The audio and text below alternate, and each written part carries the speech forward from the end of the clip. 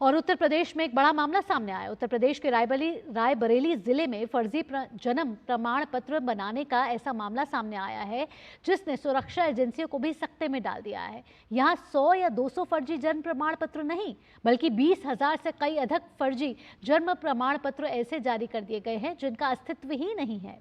रायबरेली के कई ऐसे गाँव में फर्जी जन्म प्रमाण पत्र जारी किए गए हैं जहाँ उस जाति या धर्म से संबंधित लोग रहते ही नहीं हैं।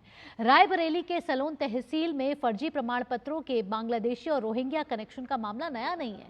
पहले भी कई बार घुसपैठियों और आतंकियों के सुरक्षित ठिकाने के रूप में सलोन का नाम आ चुका है। ऐसे में करीब 20,000 फर्जी जन्म प्रमाण पत्र मामले ने रायबरेली को पूरे देश में चर्चा में ला दिया है। आशंका अब यह है कि इन प्रमाण पत्रों में बड़ी संख्या में बांग्लादेशी और रोहिंग्याओं ने भारत की नागरिकता हासिल कर ली है। रायबरेली के सलोन तहसील में पिछले दिनों जन सुविधा केंद्र से ग्राम विकास अधिकारी की आईडी से हजारों की संख्या में फर्जी जन्म और मृत्यु प्रमाण पत्र जारी करने का मामला सामने आने के बाद इसकी जांच शासन स्तर पर गंभीरता से जारी है। मामले की जांच जैसे जैसे आगे बढ़ रही है वैसे वैसे चौंकाने वाले तथ्य सामने आ रहे हैं। वहीं भाजपा विधायक अशोक कोरी ने इसे डेमोग्राफी चेंज करने की साजिश बताया है। बीजेपी विधायक ने मुख्यमंत्री से मुलाकात करके मामले से अवगत कराया। साथ ही उन्होंने रायबरेली ही नहीं बल्कि पूरे प्रदेश में ऐसी जांच करने की अपील की है। मुख्य विकास अधिकारी ने बताया है कि सभी दोषियों को जेल भेजने के साथ ही पूरे जनपद में जांच कराई जा रही है। इसके साथ ही दोषी ग्राम विकास अधिकारी की तैनाती जहां पर भी उन सभी जगहों पर जांच कराई जा रही है। फिलहाल इस पूरे मामले की जांच एटीएस कर रही है। फर्जी जन्म प्रमाण पत्र बनाने का मामला सामने आया है कि जैसे ही हम लोगों के संज्ञान में आया हम लोगों ने इसको ऊपर टेकअप किया। बड़े लखनऊ में जो है शासन स्तर पे उच्च अधिकारियों से बात की, ज़िले में भी सारे शासन प्रशासन से बात की और सभी आरोपियों को आज के समय में पकड़ करके जेल भेज दिया गया है। जो एक कर्मचारी है विजय प्रताप यादव ग्राम विकास अधिकारी, उसके खिलाफ भी कार्रवाई हुई है और वो सस्पेंड होने के बाद जेल में है, उसकी जांच चल रही है। और बाकी 3 अन्य तो जीशान और रियाज हैं, ये सब भी जेल में हैं। और पूरा मामला ये है कि जो कर्मचारी है वो इन्हीं रियाज और जीशान के यहाँ मकान में रहता था और अपनी आईडी पासवर्ड से इन तीनों चारों लोगों ने मिलकर के लगभग 19 से 20,000 फर्जी प्रमाण पत्र बनाए हैं। इनमें अधिकतर शायद बांग्लादेशी और रोहिंग्यास के बने हुए हैं जो गैर प्रांतीय हैं और हमारे देश के बाहर के लोग हैं।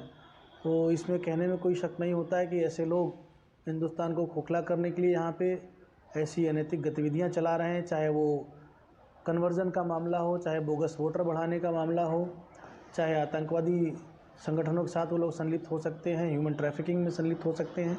ऐसे बहुत सारे कनेक्शन सामने आने की बात सुनने में आ रही है।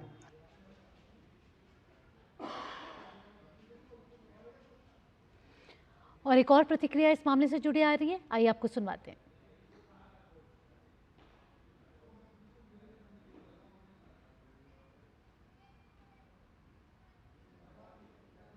जैसे ही मामला सामने आया था उसी प्रकरण में तुरंत हमने वीडियो के द्वारा एक जांच कराई गई थी और जांच के बाद में पता चला था कि कुछ प्रमाण पत्र जो हैं वो अनियमित तरीके से इशू किए गए हैं।